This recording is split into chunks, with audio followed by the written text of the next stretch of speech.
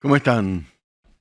¿Cómo pasaron el fin de semana? Yo muy bien. Siempre trabajo los domingos porque doy un Zoom, hablamos de Shakespeare ayer, pero el sábado fuimos muy felices los que fuimos en el casamiento de Ale Fantino, que es con Tronco y La Mona, y los que ustedes conocen son los que hicieron posible esto, y la verdad es que fue eh, muy tranquilo y con gran felicidad todo lo que ocurrió en ese casamiento, ¿no? Muy contentos todos sus amigos. Fue bárbaro. La verdad que fue bárbaro. Mm, Felicidad. Se puede, ¿eh? Se puede. Podés tener momentos de felicidad o podés apostar por la felicidad. Esto es la posnormalidad, ¿no? La república de la posnormalidad.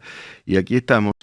Yo digo posnormal, es decir, romper los esquemas es hacia lo que vas a hacer o lo que hiciste, que fue una ruptura de esquema. Nosotros buscamos personas que hayan roto los esquemas. Hoy tenemos un invitado muy talentoso, se llama Fabián Bosoer, nos va a contar su historia, Fabián, su participación en momentos cruciales de la historia argentina. Quiero escuchar su mirada sobre la película 1985 y escucharlo, y van a ver cómo piensa. El otro día lo vi en un acto formidable, un acto de homenaje a José Ignacio López. Les voy a contar toda esa historia, porque realmente fue impresionante en el Congreso. Tiene un gran talento y una gran formación. La posnormalidad es encontrarle una vuelta a las cosas, pero lo que yo descubrí es que, lo que cualquiera descubre, no lo que yo descubrí, lo que cualquiera descubre es que para encontrarle la vuelta a las cosas hay que pensar y hay que trabajar y hay que esforzarse. No llega del cielo. No, no llega del cielo. Ayer releí a Shakespeare y, y dice, lo que sucede no sucede por una decisión de los astros. Perdón los astrólogos, ¿eh? Él además lo dice metafóricamente, o de los dioses, sucede por una decisión propia. Después no sabía, releí que a Shakespeare se le murió un hijo. Tenía 3 hijos, Judith, la mayor, y 2 gemelos. Judith era gemela, Judith y Hamnet, no Hamlet, Hamnet, y una mayor que se llamaba Susan. Hamnet se murió. Y a los que se llamaban Hamlet también les decían Hamnet. Años después, a Shakespeare escribe Hamlet. Bueno, que tal vez sea su gran obra, aunque todas son inmensas, todas son inmensas. Entonces vos me podés decir, escúchame, ¿qué pudo decidir William Shakespeare tras la muerte de su hijo? ¿Se le murió un hijo? Sí, por decisión, digamos, de los dioses o de los demonios o de la peste, que fue lo que ocurría. También hubo una pandemia en aquellos años. Shakespeare nació en 1582. No, lo que decidió es escribir Hamlet.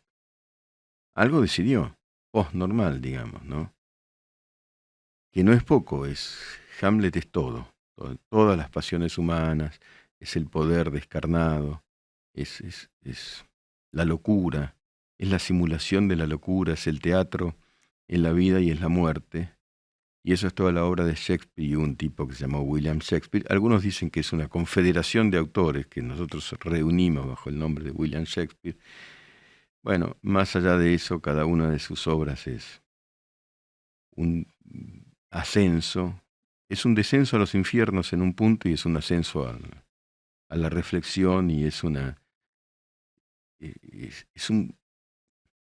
ejemplo como de nudismo del alma humana. El alma en Shakespeare queda desnuda. Y es impresionante y es apabullante, ¿no? Ser o no ser. Ahí estamos, ser o no ser en la posnormalidad. Ya seguimos. Bueno, acá estamos. Yo estoy con Fabián Bosover. Yo quiero que lo escuchen y que lo escuchemos. Enfatizo eso con atención. Fabián tuvo una participación muy importante en el momento, bueno, quizá en el momento más crucial de la historia contemporánea de Argentina, que es el retorno a la democracia. Creo que él lo va a contar. El otro día Fabián, te cuento, es jefe de opinión de Clarín, tiene varios libros, es un experto en diversas cosas. vinculada siempre a la política, ¿no? Bradeno Perón, la historia oculta, detrás de Perón, Malvinas, capítulo final, pero mucho más. Zenén González también tenés, después explicar quién es, ¿no? Claro. Y conocedor de la cuestión militar en la Argentina, y siempre es interesante, como decía, aprender de él. Pero el otro día, última escena que yo vi de Fabián Bosover, voy al homenaje de José Ignacio López, de Nacho López.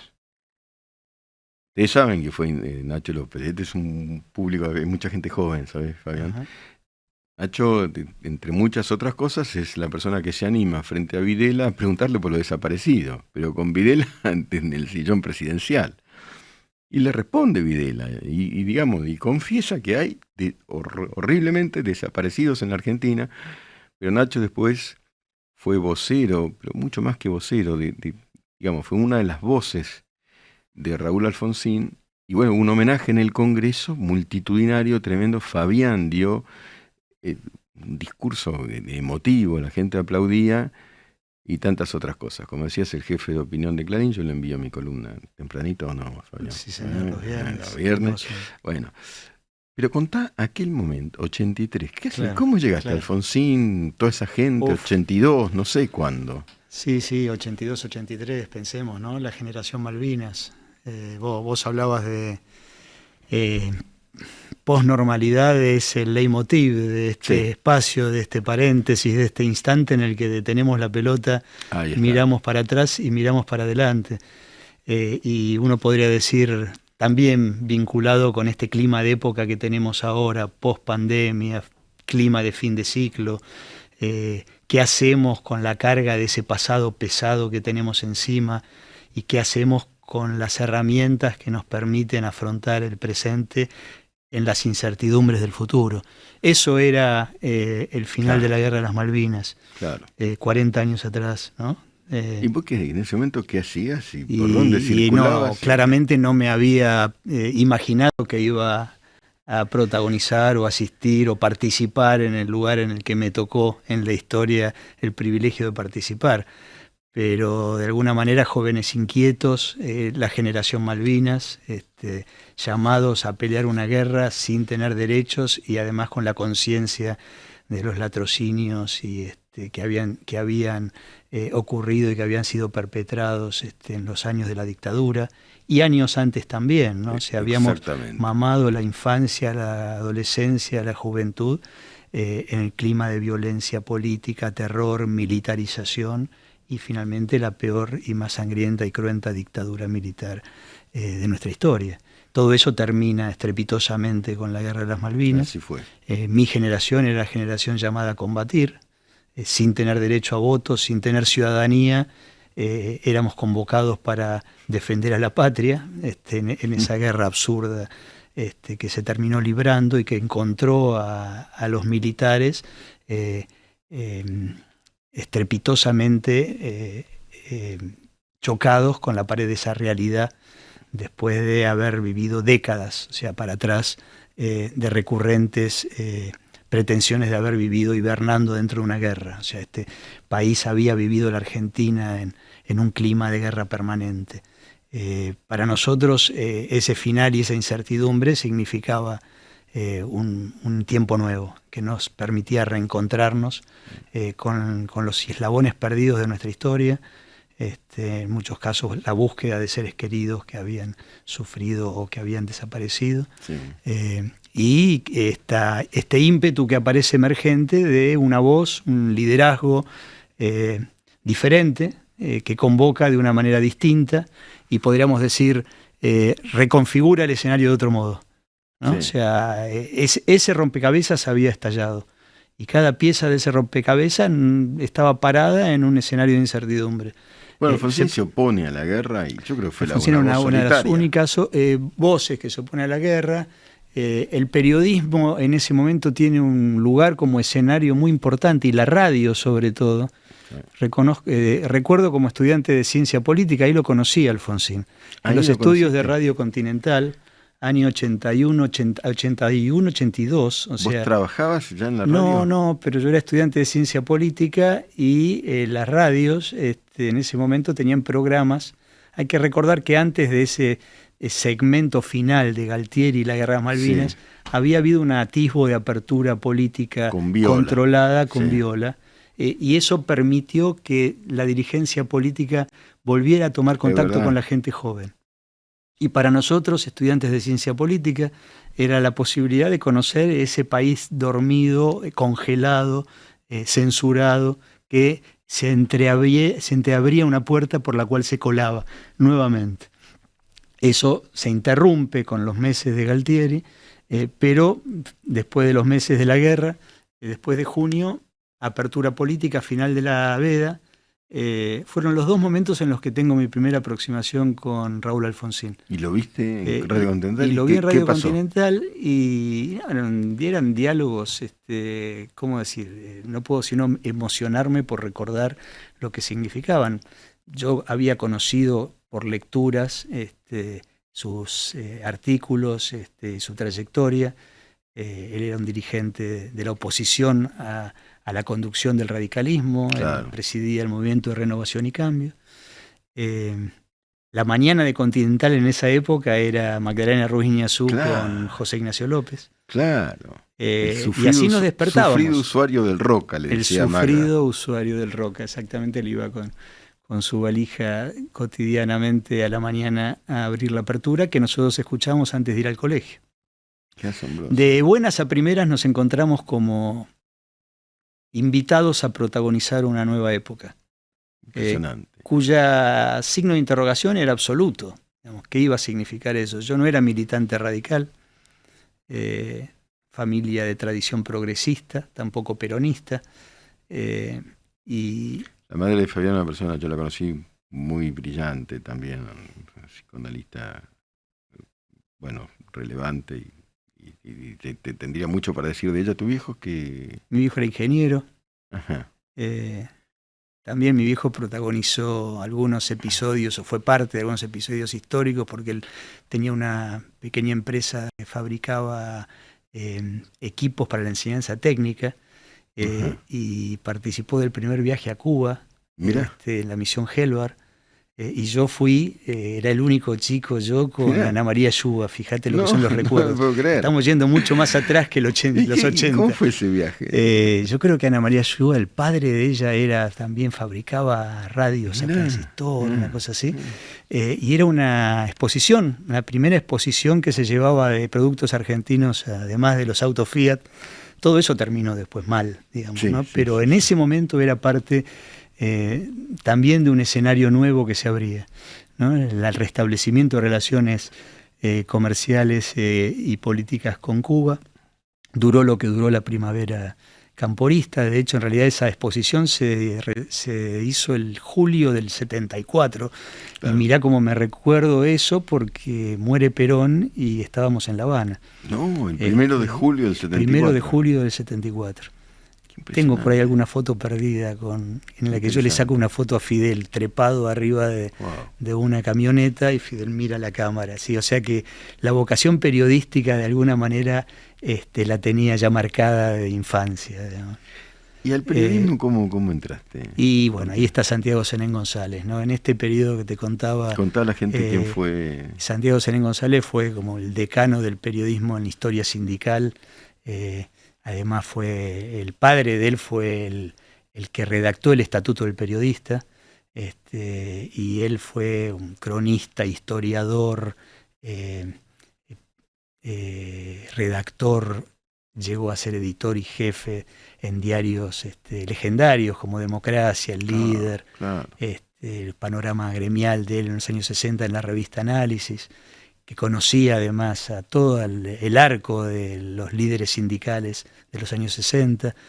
Había ya publicado un primer libro con Juan Carlos Torre sobre los tiempos de Lonardi. Torre, Juan Carlos Torre, el del quinto piso en la temporada. Su primer libro lo escribe con Santiago Zenén González. Y después yo tuve el privilegio de trabajar con Santiago también, años de la dictadura, inicio de la facultad. Yo era compañero de la hija de Cecilia en la Universidad del Salvador. La Universidad del Salvador era un espacio de resistencia académica y cultural, porque lo fue. Pues, hubo una decisión ahí y se formó un grupo de filosofía, había Exacto. este, Regadas de la Riega. esa gente, yo pertenecía Claro. allí también había escisiones, bueno, pero Exacto. comenzaba una efervescencia política Bueno, interesante. en ese espacio y en esa efervescencia, en esa usina, digamos, que estaba, a la que tributaban distintas tradiciones y corrientes, porque ahí estaba también Guillermo O'Donnell, Exactamente. la tradición de la ciencia política europea e italiana, la tradición de la ciencia política norteamericana. Eso fue también, y todo esto converge en los 80, porque ahí es donde se prefigura lo que después va a ser la creación de la carrera de ciencia política en la UBA y la creación de la Facultad de Ciencias Sociales años más tarde en la UBA. Y esto tiene algo que ver con la consonancia de ese momento de transición e incertidumbre. Sí. O sea, la ciencia política contemporánea, y esto para los chicas y chicos jóvenes, las nuevas generaciones, que ya esto lo tienen como construido, es decir, no existía en la Argentina la posibilidad de estudiar ciencia política como una carrera y de las ciencias sociales como un espacio legítimo, necesario, de construcción y aporte para la política concreta. Con lo cual, la ciencia política empieza en la Argentina cuando empieza la lucha por la construcción de la democracia. Es justamente en ese momento, 81, 82, 83. Es interesantísimo. La universidad tuvo que ver con eso. Muchísimo que ver.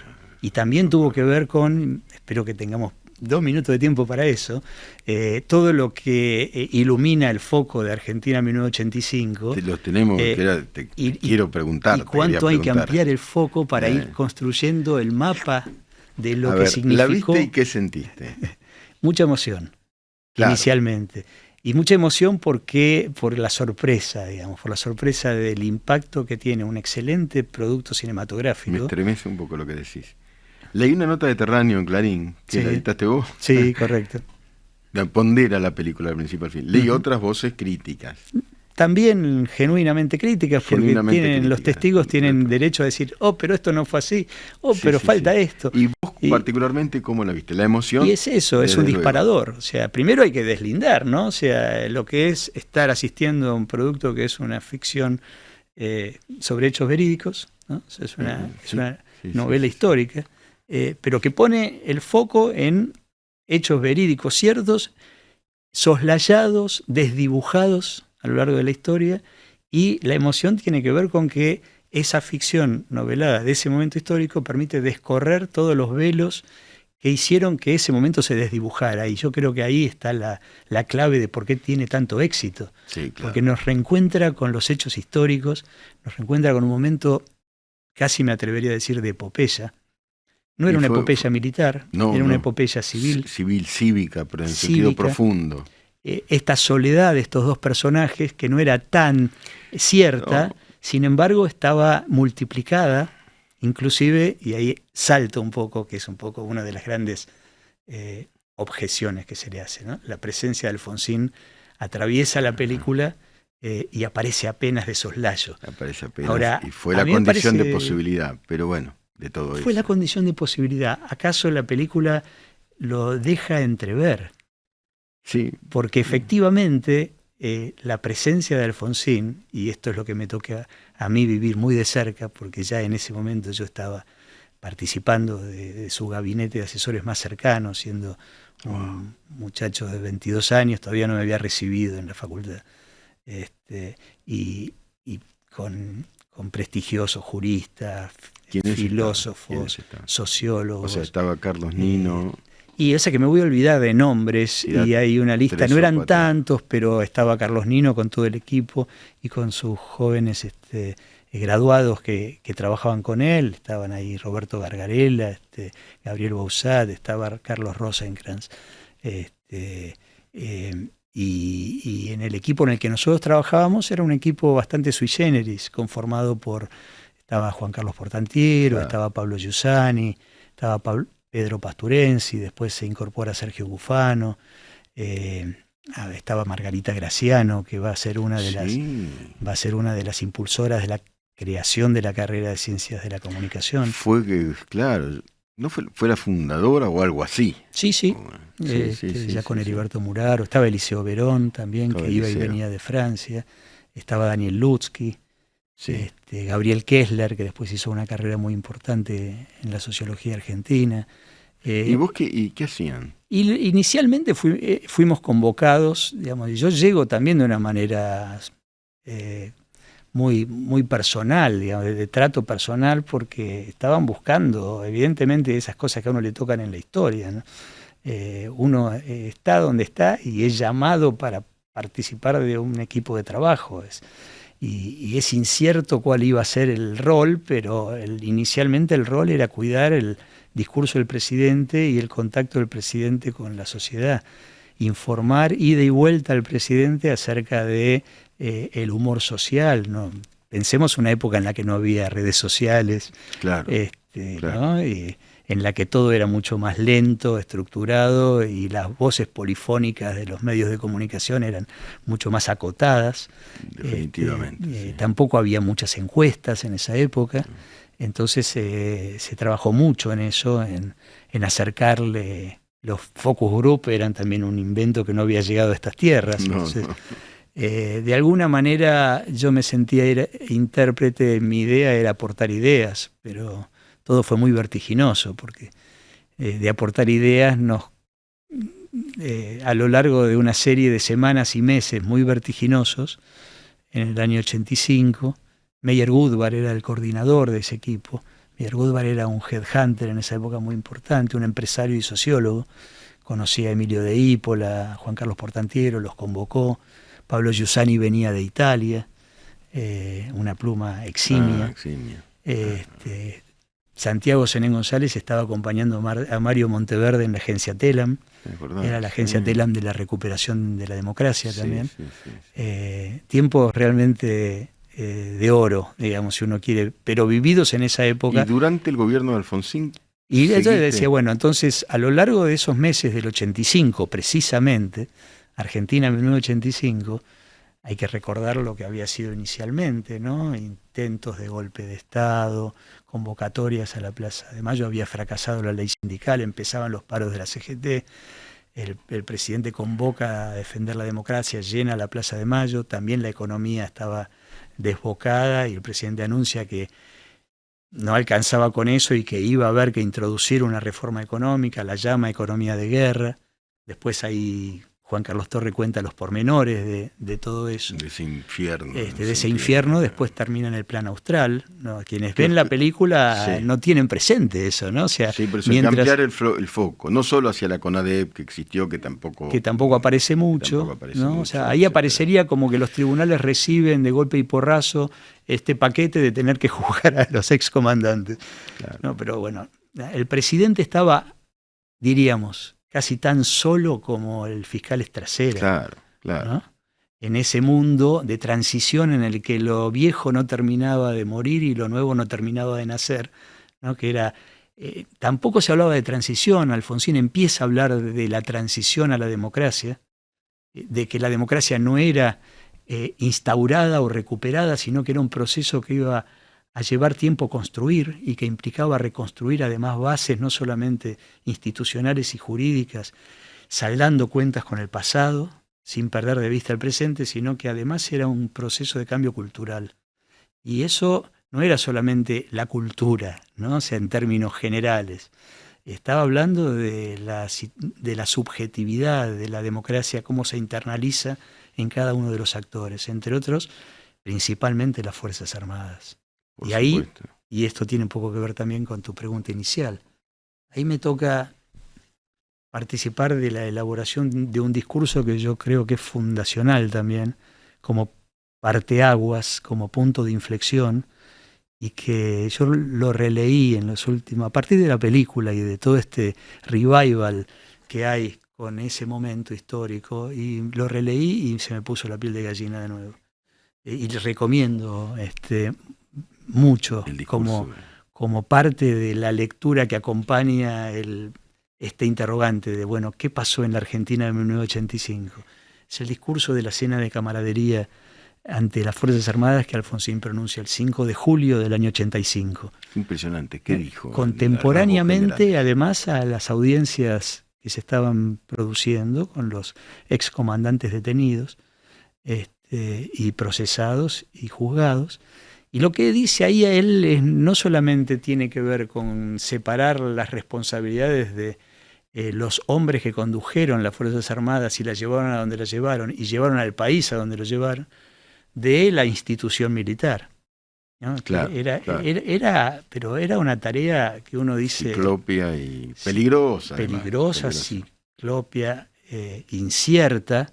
Alfonsín cuenta en sus memorias, también recomiendo mucho leer las memorias de él, en la que él cuenta a los líderes y estadistas del mundo, Mitterrand, Sandro Pertini, Felipe González, Julio Sanguinetti, que le decían, admirable lo suyo, pero ¿cuándo se acaba? ¿Cómo va a gobernar este país de esta manera? ¿No? Juzgando, porque esto no había ocurrido en el mundo. La CONADEP, la reforma militar que coloca a la justicia militar bajo la órbita de la justicia civil. Que no era lo que pretendía el peronismo. Que no era lo que pretendía el peronismo. Después vota el peronismo la derogación, digamos. Sí. A ver, hay algo que es la historia y las responsabilidades históricas y qué lugar le cupieron ahí a los actores reales, institucionales. Sí. El peronismo en la Cámara de Diputados, quién lo representaba, quiénes conducían el Partido Justicialista. Hay que decir que Alfonsín busca un acuerdo político todo el tiempo con el peronismo. Claro. Lo busca y lo logra. Lo busca inicialmente y fue muy importante además traerla a Isabel Perón acá. Es verdad. Y mira cómo se cruzan las historias, ¿no? Porque hay una película muy buena sobre Isabel Perón. ¿Cuál? Que también es la mujer detrás del... Ay, no me acuerdo el nombre ahora, pero recomiendo mucho esa película A la luz de Argentina 1985. Porque es un personaje que el peronismo encubre. No tenía donde era la expresidenta, el peronismo no sabía qué hacer con ella. Ella viene al país invitada por él. Después, de una manera muy baja, se lo critica a Alfonsín porque traía a quien había conducido el país también con terrorismo de Estado, digamos, supuesto, ¿no? La AAA, etcétera. Y lo cierto es que los decretos iniciales de procesamiento de los excomandantes empiezan el 24 de marzo porque bien se entendió que la responsabilidad era por la ruptura del orden institucional. Después la defensa, y esto aparece en la película, y Luder, la defensa intenta decir, bueno, pero los militares no hacían más que cumplir las órdenes constitucionales. En el medio, ni más ni menos, que había ocurrido un golpe de Estado. La ruptura institucional. Y se había entendido exterminar, aniquilar a la subversión. Con eso, bueno, se había construido una doctrina de exterminio. Alfonsín rescata la figura de la expresidenta constitucional. A la búsqueda del acuerdo. A la búsqueda del acuerdo político, exactamente. Y eso es una continuidad, y el peronismo todavía no había resuelto qué hacer con esta conductora. Quienes seguían la línea de ella, Isabel Conducción contra toda la traición, decían. ¿No? Los ortodoxos, Herminio Iglesias, Diego Ibáñez era el presidente del bloque de diputados en el Congreso. Lorenzo Miguel era una figura en el sindicalismo con la que había que acordar, sí o sí, pero digamos, también se habían acostumbrado a trabajar con las Fuerzas Armadas como socios. Por supuesto. Durante décadas, porque este era el modelo y esto es lo que me enseñó el maestro Zenén González, digamos, ¿no? Así funcionaba el modelo, no era solamente... Fue el pacto sindical militar. Y ese también es el pacto sindical militar y eso es lo que rompe Alfonsín.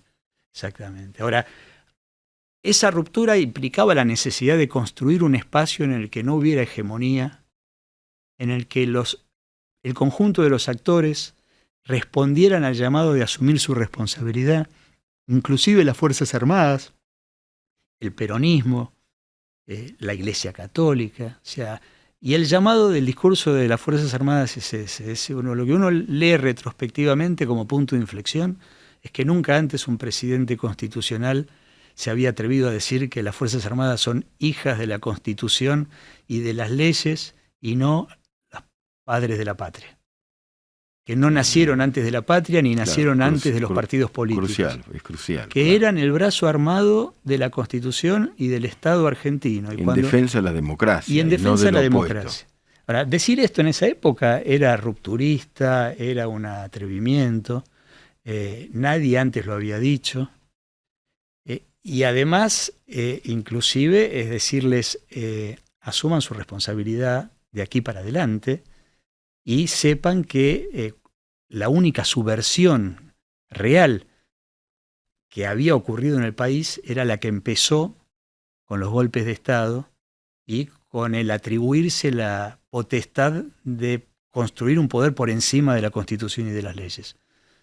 Cosa que no solamente era dirigida a los militares, sino también a toda la civilidad que se había acostumbrado a trabajar pensando de esa manera. De que podía haber un poder por encima de las reglas democráticas. Y él sí, armado. Que podía y que era necesario. O sea, y esto es un poco, ¿no? Lo que nos permite estudiar la historia argentina y la ciencia política. Así como hoy hablamos de posnormalidad, sí. Hablamos de una Argentina en la emergencia permanente, una Argentina en la que se había perdido el sentido de que con la democracia no solamente no se come, no se cura, no se educa, sino que no se gobierna, ¿no? Y todo eso es lo que Alfonsín levanta y propone para adelante. Fabián, ¿y cómo ven las cosas ahora? Y me parece que yo me preguntaba eso, ¿no? La repercusión que tiene esta película ahora, ¿no? ¿Cuánto tiene eso hice una columna en la que decía, historia mata relato? Hay un cansancio con los relatos. Sí. Por distintas razones, pero hay esta sensación en todos los sectores sociales, generacionales, de que hay algo que se está agotando, si es que ya no se agotó, de que ya estamos cansados de un ciclo histórico que dio lo que tenía que dar y que está agotado. Uno podría decir que la democracia ya vivió este desafío hace 20 y pico de años, en el 2000-2001. Sí. Y uno podría tirar de la cuerda y decir, esto tiene que ver con que en ese momento la democracia había logrado durante 10 años resolver un intríngulis, que era cómo se hacía para derrotar a la inflación, domesticar a la economía y crecer. Y el plan de convertibilidad le dio una plataforma de continuidad a ese modelo que después, cuando se agotó, terminó en relato, que se repite a sí mismo. Sí. Entonces, podríamos pensar la historia argentina, ya que vamos a entrar en 40 años de democracia, como una historia decadiana, ¿no? De los 80, los 90, los 2000, los 2010, y estamos saliendo todavía, así como nos costó salir de los 90 y de la convertibilidad. Sí. Ahora estamos saliendo de, digamos, el ciclo de 20 años en los que creíamos que habíamos resuelto, porque de hecho la democracia se autorrescata en el 2001-2002. Y eso engrupió a muchos. Claro, ciertamente, sí. Se autorrescata, el gobierno de Duhalde es cuando tocamos fondo, y yo siempre digo, es el gobierno en el que más se aprendió, porque es el gobierno en el que nadie se podía hacer el gallito, en el que nadie podía decir, quiero hacer esto, voy a hacer lo otro, sin sentar a la mesa a todos. José Ignacio López tuvo mucho que ver con eso, la mesa de diálogo argentino. Es verdad. Es verdad. Señores, si no nos sentamos a la mesa y cada uno empieza a pensar qué puede ceder, esto se rompe en serio. Esto se rompe en serio y no sale nadie sano. Bueno, y eso fue un éxito en términos de que eso es lo que permitió la recuperación, no solamente el viento de cola, las commodities, el cambio de contexto internacional, ¿no? Se reconstruyó una fórmula de gobernabilidad. Y eso hay que reconocérselo a la presidencia de Duhalde, que fue una presidencia de coalición en la que Alfonsín tuvo mucho que ver. Después el kirchnerismo instala una expectativa en la que muchos creen y que resulta y que funciona y que se establece, y a mí me parece que empieza a rechinar ese mecanismo cuando el vamos por todo, ahora nos instalamos en el escenario completo, decidimos todo, creemos que la democracia somos nosotros porque nos votaron, y nada más delegativo en términos de O'Donnell que esta idea, que termina como termina en la creencia de que él nos dio esto, ella nos dio lo otro, y eso es exactamente lo contrario a lo que Alfonsín apuntaba inicialmente. Entonces, tu pregunta, ¿por qué ahora y cómo se ve el futuro con esto? Es como, de alguna manera, yo creo que el desafío de los 40 años en balance es que la historia nos coloca otra vez ante una encrucijada. No tenemos la dictadura atrás, entonces no tenemos a quién echarle la culpa.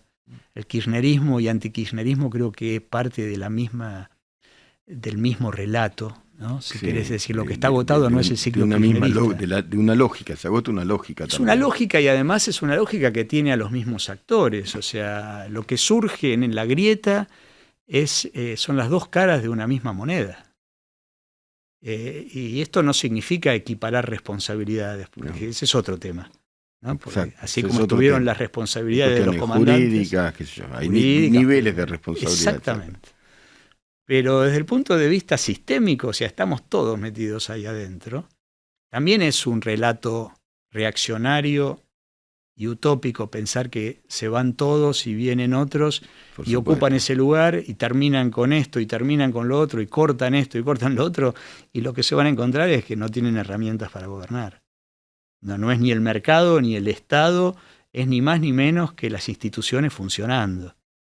Y esto es lo que pasa con el juicio a los excomandantes. Descubrir que si ponemos a funcionar las instituciones llenándolas de humanidad y de resolver problemas concretos. Mira, hoy va a haber un homenaje a los camaristas, son los otros que aparecen como personajes secundarios y son los actores centrales también de esa historia. Es la cena de Poder Ciudadano. Sí. Y bueno, tenés, o sea, los camaristas asumieron la responsabilidad de la hora, diciendo solamente tenemos que cumplir con nuestro deber, pero no cerrar nuestro cumplimiento del deber en nuestro propio ámbito solamente, sino articulado con el contexto social y con una adecuada lectura de lo que estaba ocurriendo. No sabemos si eso tiene garantizado el éxito, pero por lo menos tiene garantizado el piso del punto de partida, que es también algo con lo que Alfonsín insistía mucho. Es que el punto de partida, digamos, o te conduce a un error originario, a un pecado original, o te conduce hacia algo, un camino. Total. ¿No? Total. Punto de partida. Sí. Fabián Bosover, lo escucharon, es para escucharlo, para leerlo, lo recomiendo. Todos los sábados compartimos ahí una paginita. Sí. Ahí estamos. Tenemos el honor de tenerte como huésped, de columnista. No, bueno, al contrario. Sí, señor. Al contrario. Ideas al paso. Así es. Fabián, gracias por tu inteligencia no, gracias y por todo a lo que vos has trabajado. Gracias. Espero seguir esta conversación. La vamos a seguir. Un abrazo enorme. Gracias. Gracias, Miguel. Lo escuchamos a Fabián, ¿no? Digo, la posnormalidad en la historia argentina en el mejor de los sentidos, cuando se reconfigura, como decía él, un escenario de autoritarismo, de totalitarismo. Después de Malvinas, y comienza una nueva historia. La película 1985 la vuelve a poner sobre el tapete, se cumplen 40 años de democracia, y todo esto es posnormal. Me dijo una frase del gran historiador y pensador sobre la historia, Fernand Braudel: la historia no es más que un constante interrogante sobre los tiempos pasados en nombre de los problemas y curiosidades y de las inquietudes y angustias del tiempo presente que nos rodea y nos asedia. O sea que vamos a la historia para saber qué nos está sucediendo ahora. ¿Qué nos está sucediendo ahora? Entonces, ahora hay un emergente de cuestiones críticas que en algún sentido acontecieron, que se repiten y se replican, pero que pasaron, pero no pasaron del todo. Hay desafíos diferentes, pero bastante parecidos, ¿no? Y hay un tema para pensar, y es este asunto de la grieta, es decir, ¿es una lógica anterior que está agotada? Sin equiparar, como decía Fabián, es una lógica anterior que nos somete y nos sumerge en un combate que, bueno, puede ser catártico para algunos, incluso las imputaciones que se hacen los unos a los otros pueden ser de pronto inclusive justas y pertinentes, pero ¿en qué medida resuelven este problema que por momentos parece un marasmo? Un marasmo es una detención, ¿no? Quedar petrificado, ¿no? En una circunstancia justamente problemática, traumática, y no permite dar pasos hacia adelante, ¿no? Pasos hacia adelante. Nosotros buscamos la posnormalidad hacia adelante y también retrospectivamente. Vemos por el parabrisas el camino delante y observamos por los espejos retrovisores lo que ocurrió, porque como dice Brodel, la historia es un constante interrogante sobre lo que ocurrió, pero en relación, evidentemente, si no, no haríamos historia, a los problemas que nos asedian, que nos acosan y que nos complican, y que son los desafíos, porque esa es la historia, ¿no?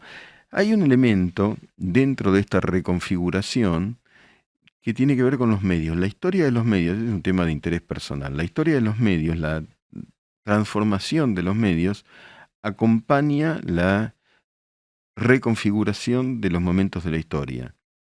Te dirán, por ejemplo, ¿de qué querés hablar? Por ejemplo, de esto. Twitch, las redes. Twitch es una cosa que no existía, ¿hace cuánto tiempo no existía? Bueno, ahora estamos acá. ¿Y qué tiene que ver esto con la reconfiguración del escenario? Y es un escenario diferente de diálogo, de interacción, de atenuación de la palabra vertical, que bajaba hasta hace poco de los medios y parecía palabra santa, ¿no? De la estructuración monolítica de los medios, pero los medios se adaptan. Hay una cuestión dentro de los medios. Yo trabajo en todos. La verdad que trabajo, y me siento muy afortunado por eso, porque trabajo en diario, yo soy un columnista de Clarín, muy contento y muy honrado por eso.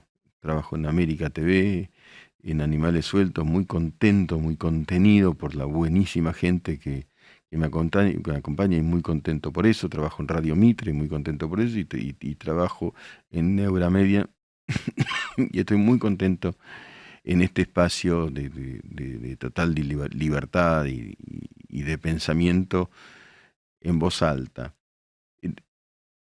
Y lo que yo observo trabajando y conociendo, me parece, todos los medios desde el lado de adentro, y también como oyente, como espectador, como televidente, es que los medios tienen una capacidad impresionante de adaptación, que no sé si ocurre con otras, llamémosle, instituciones argentinas, por ejemplo el sindicalismo. Es para pensar, hoy es un programa así intelectual, pero bueno, también es lo de uno, ¿no? Hay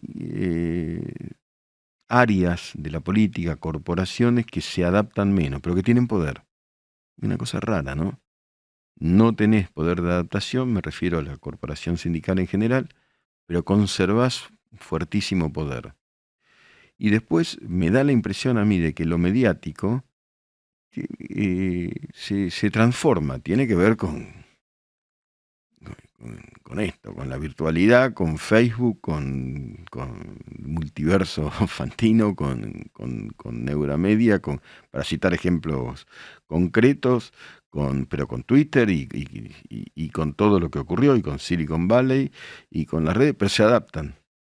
No es lo mismo. Yo me pregunto si la política entiende, porque hay sectores también de la política, me parece a mí, momificados en una instancia anterior a la actual. Yo no sé si terminan de entender que las cosas cambiaron y que cualquier cosa que digas o hagas trasciende porque los medios se produce una, perdón por el término técnico, no sé si técnico, una diáspora de la información. Una diáspora es, ¡boom!, se va la información por todas partes, se capilariza, aparece en todos lados. Todo lo que ocurre está en todas partes. Todo lo que ocurre en el campo de la política está en todos lados. Ustedes dirán, todo lo que ocurre, no hay secreto. Sí, claro, hay intención de mantener el secreto, pero esta es una hipótesis para pensar. Sin embargo, los secretos se van transparentando, se va desocultando, se va abriendo algo. Y de pronto me parece a mí, ¿no?, un poco desde afuera, conociendo el mundo de la política, en parte, que hay actores políticos que no advierten que lo que actuaban entre bambalinas antes y de lo cual nadie se enteraba, bueno, ahora circula, ¿no? El otro día Leandro Santoro aquí contó una cantidad de cosas que circularon. Obviamente, circularon. Un propio actor de la política genuinamente dijo, mira, tal o cual cosa, me ofrecieron armar una subsecretaría, lo dijo él. Fue interesante. Es un tipo, Santoro, que salgamos un poquito de, ¿no?, imputarle a todos algunos males que yo también creo que hay que escuchar. Y hay que escuchar lo del otro lado también, porque además todos estamos escuchando y todos estamos mirando. 40 años de democracia, ¿eh? 40 años de democracia este año. El que viene, con todo lo que significa el año que viene en la Argentina. 40 años no es poco. Ustedes saben que ninguna democracia que haya pasado los 37 años de vigencia ha dejado de ser democrática. Democracia para siempre en la Argentina. Esto es la posnormalidad. Mañana vamos más light. Bueno, no sé. Vamos a ver cómo vamos, qué sé yo. Un gran abrazo para cada uno de ustedes. Chao.